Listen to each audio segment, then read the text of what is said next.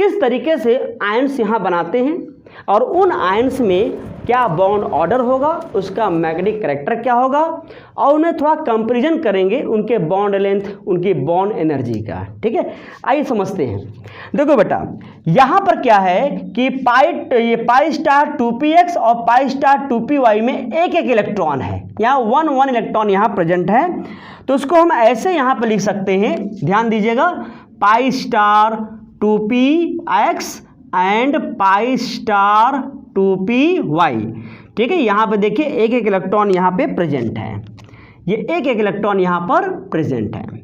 तो जब किसी हाईएस्ट मतलब कि सबसे ऊपर वाले मॉलिक्यूलर ऑर्बिटल में एक एक इलेक्ट्रॉन प्रेजेंट होता है, तो ऐसे मॉलिक्यूलर ऑर्बिटल को हम कहते हैं सिंगली ऑक्युपाइड मॉलिक्यूलर ऑर्बिटल्स। अगर पेयर में होता है इलेक्ट्रॉन, अगर इलेक्ट्रॉन मान लो ये पेयर में होते, तब हम इसे कह देते हाईएस्ट ऑक्युपाइड मॉलिक्यूलर ऑर्बिटल। और इसका जो ऊपर वाला जो है बेटा, ये क्या है, सिग्मा स्टार 2pz। इसको ये चूंकि वैकेंट है, इसके जस्ट ऊपर है, इसी को कहते हैं लोवेस्ट अनऑक्युपाइड मॉलिक्यूलर ऑर्बिटल। ये है होमो और ल्यूमो का क्या है, कॉन्सेप्ट है। ठीक है, तो आइए हम लोग इसको एक एक इलेक्ट्रॉन करके इसका स्टेट कैलकुलेट करते हैं। अगर हम इसका स्टेट कैलकुलेट करना चाहें तो उसमें एक एक इलेक्ट्रॉन है, तो हम इसका क्या निकालेंगे, स्पिन मल्टीप्लिसिटी। स्पिन मल्टीप्लिसिटी कैसे निकालते हो आप निकालते हो 2s+1 से। s क्या है, टोटल स्पिन। टोटल स्पिन को हम दिखाते हैं s से। कैसे निकालेंगे, यहाँ देखिए, इस ऑर्बिटल में सभी इलेक्ट्रॉन कैसे हैं, क्लॉकवाइज हैं, मतलब ऊपर डायरेक्शन में है, क्लॉकवाइज डायरेक्शन में है।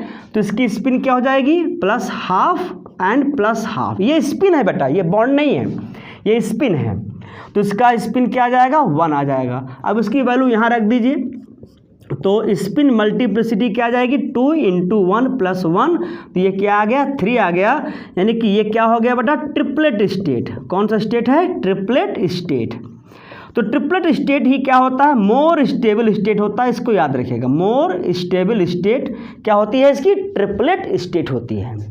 अगर मान लो इसका एक इलेक्ट्रॉन यहाँ आ गया, इसका एक इलेक्ट्रॉन एक्साइटेड स्टेट में जाकर यहाँ आ गया, इसमें आ गया। जब इसमें आ गया तो क्या पिक्चर बनेगा इसका, देखिए इसका क्या बनेगा, pi star 2px and pi star 2py। यहाँ पर दोनों इलेक्ट्रॉन किस में आ गए, पाई स्टार 2px में आ गए। अगर हम इसका निकालें, ये चूंकि कौन सा स्टेट है, ये एक्साइटेड स्टेट में है, ये एक्साइटेड स्टेट में।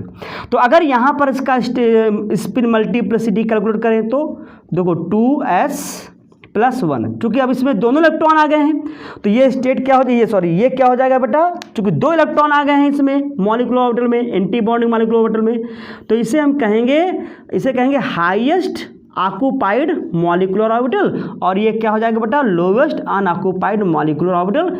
मतलब होमो और ल्यूमो एक ही एनर्जी लेवल पे आ गए हैं। ठीक है, तो इस केस में इसकी स्पिन मल्टीप्लिसिटी इस तरह हो जाएगी। इसके लिए s निकालो, s क्या निकालोगे, इसमें एक क्लॉकवाइज है और एक एंटी क्लॉकवाइज, यानी एक क्लॉकवाइज +½ एंटी क्लॉकवाइज -½ तो क्या आ जाएगा, +½ -½ = 0। तो इसकी स्पिन मल्टीप्लिसिटी आ जाएगी 2 × 0 + 1 मतलब 1। यानी कि ये कौन सा स्टेट हो गया बेटा, ये हो गया सिंगलेट स्टेट।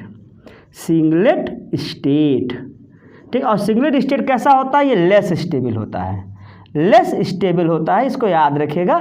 तो इसका मतलब अगर ऑक्सीजन, समझिएगा, अगर O2 किस स्टेट में हो, सिंगलेट स्टेट में, तो ये कैसा हो जाएगा, डायामैग्नेटिक हो जाएगा। ठीक है, ये है अनस्टेबल स्टेट है। अगर सिंगलेट स्टेट में पूछता है O2 के बारे में तो आप क्या बताएंगे, डायामैग्नेटिक। और अगर ट्रिपलेट स्टेट है, जो इसकी मोर स्टेबल स्टेट होती है, यही मिलती ही है, तो ट्रिपलेट स्टेट में क्या होता है बेटा, ये पैरामैग्नेटिक होगा। क्यों, क्योंकि इसमें एक एक इलेक्ट्रॉन प्रेजेंट हैं।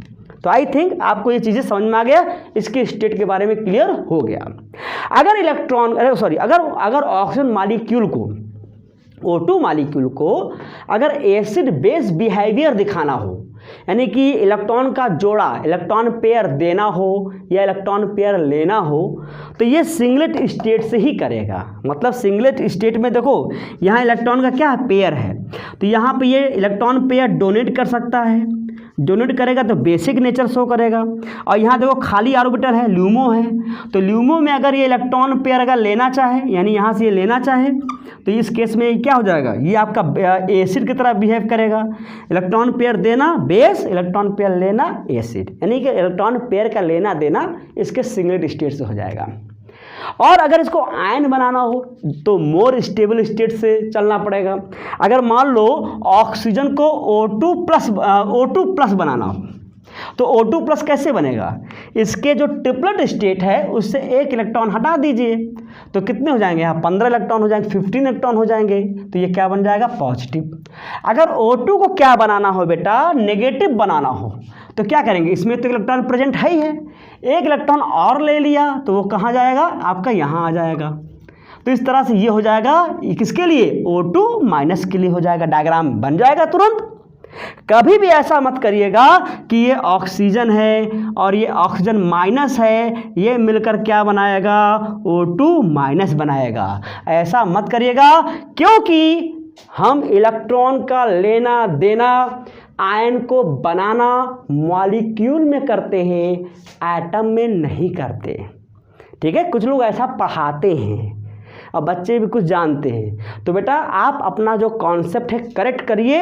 हम मॉलिक्यूल की स्टडी कर रहे हैं, हम मॉलिक्यूल पढ़ रहे हैं, तो आयन भी किसका बनाएंगे, मॉलिक्यूल्स का बनाएंगे, और इलेक्ट्रॉन का लेना देना निकालना ये सब किस में करेंगे, मॉलिक्यूल में करेंगे। और O2 के किस स्टेट से करेंगे, ट्रिपलेट स्टेट से करेंगे। भाई अगर नेगेटिव बनाना है, O2 माइनस बनाना है, तो इलेक्ट्रॉन इसी में आएगा, ट्रिपलेट स्टेट के इसमें π*2px में आएगा। अगर आपको O2 माइनस बनाना है तो क्या करेंगे, O2 माइनस, इसे कहेंगे पैरोक्साइड आयन, तो एक इलेक्ट्रॉन और ले लीजिए, तो इस तरह से O2 माइनस बन गया। यानी कि आप समझो मेरी बातों को बेटा, बहुत ही इम्पॉर्टेंट चीज़ बता रहा हूँ। O2 को O2 प्लस में जाना है तो एक इलेक्ट्रॉन निकालेगा O2 से, O2 को अगर माइनस में जाना है तो एक इलेक्ट्रॉन लेके क्या बनाएगा, O2 माइनस बनाएगा। अगर इसको O2 माइनस बनाना है तो 2 इलेक्ट्रॉन लेकर क्या बनाएगा, O2 माइनस बनाएगा। यानी सारा का सारा खेल किस में होगा, सारा का सारा खेल ऑक्सीजन मॉलिक्यूल में होगा। ठीक है, और वो किस स्टेट में, ट्रिपलेट स्टेट में। आइए अब इनके आयंस का थोड़ा कंपैरिजन करते हैं। आपको आयंस बनना सिखा दिया, उसका एसिड बेस बिहेवियर सिखा दिया।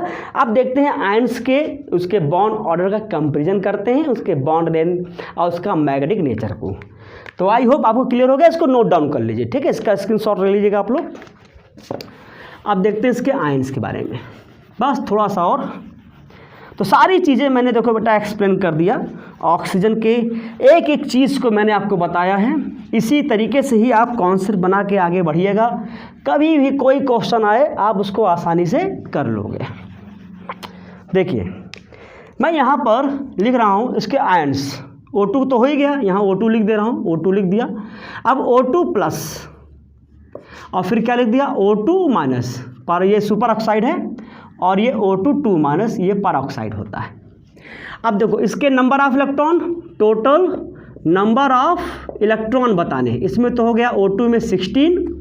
अब 16 में से एक निकाल दीजिए क्योंकि पॉजिटिव बना है, इसमें से एक इलेक्ट्रॉन बाहर निकाल देंगे, ये निकाल दिया, इसका डायग्राम ये बन गया, ये प्लस कर दिया, डायग्राम ऐसे बन गया। डायग्राम यही बनाइए, ठीक, इसी तरीके से बनाइए। हमें एटम से कोई मतलब नहीं है, हमें किससे मतलब है, मॉलिक्यूल से मतलब है। ठीक है, तो इस तरीके से इसमें टोटल नंबर ऑफ इलेक्ट्रॉन कितने हो गए, 15। इसमें बताइए इसमें कितने हो जाएंगे बेटा, एक बढ़ गया है क्योंकि चूँकि नेगेटिव आ गया, तो नेगेटिव आया तो एक तो था ही, एक नेगेटिव और दे दिए, तो इसका डायग्राम यहाँ पे क्या बन जाएगा, इस तरीके से बन जाएगा। एक इलेक्ट्रॉन एक्स्ट्रा डाल दिया तो O2 माइनस बन गया। तो टोटल नंबर ऑफ इलेक्ट्रॉन कितने हो गए, 16 है, 16 में एक और आ गया, 17 हो गया, 17 हो गए। O2 माइनस में, यानी कि O2 में 16 है, 2 माइनस मतलब 2 इलेक्ट्रॉन और आ गए, तो डायग्राम में क्या करेंगे, बस एक इलेक्ट्रॉन बढ़ा दीजिएगा और क्या करना है, और यहाँ 2 माइनस कर दीजिएगा, बस डायग्राम आपका बनकर तैयार हो जाएगा। तो टोटल कितने इलेक्ट्रॉन हो जाएंगे, 18 इलेक्ट्रॉन हो गए। अब इसका बॉन्ड ऑर्डर आप यहाँ से भी निकाल सकते हो, यहाँ से डायग्राम से भी कैलकुलेट कर सकते हैं, ठीक है। और आपको यहाँ पे चूँकि बॉन्डिंग के बारे में O2 में बॉन्डिंग के बारे में तो पता चल ही गया है, कोई दिक्कत नहीं है। अब आप आसानी से इस फार्मूले से बॉन्ड ऑर्डर के 1/2 number of bonding number of anti bonding से डायरेक्ट टोटल बॉन्ड ऑर्डर लिख सकते हो। या फिर मैंने आपको एक ट्रिक बताया था, ट्रिक क्या बताया था, 14 को आप क्या मानेंगे 3 बॉन्ड ऑर्डर मान लीजिए, यानी 14 इलेक्ट्रॉन है तो उसका बॉन्ड ऑर्डर क्या होगा 3 होगा, और इसके ऊपर क्या हो जाएगा बेटा 15 16 17 18, और उसके नीचे क्या हो जाएगा आपका 13 12 11 10। तो क्या करना है, तो ऊपर और नीचे 0.5 माइनस करते चले जाइए। तो 3 है तो 15 के लिए क्या हो जाएगा 2.5, 16 के लिए क्या हो जाएगा 2.0, 0.5 माइनस करते हुए चले जा रहे हैं। 17 है तो क्या हो जाएगा बेटा 1.5, और 18 है तो 1.0, ऐसे नीचे कर दीजिए। तो 3 में से 0.5 माइनस करिए, कितना आएगा 2.5, यहाँ भी 2.0 माइनस करते जाइए, 1.5, यहाँ भी क्या आएगा 1.0। तो आप इससे डायरेक्ट बता सकते हो, लेकिन इसके भी लिमिटेशंस हैं, लिमिटेशन है। जैसे इस फार्मूले को मैंने बताया, इसका लिमिटेशन है number of bonding number of anti bonding, वैसे इसका भी लिमिटेशन है। ये हर जगह अप्लाई नहीं होगा, ऐसा नहीं कि जहाँ मिल गया इलेक्ट्रॉन 15 16 17 निकाल दिया बॉन्ड ऑर्डर, ऐसा नहीं है। चूँकि ये होमोन्यूक्लियर डायटोमिक मॉलिक्यूल है, तो होमोन्यूक्लियर डायटोमिक मॉलिक्यूल में आप इस तरह से बॉन्ड ऑर्डर निकाल सकते हो।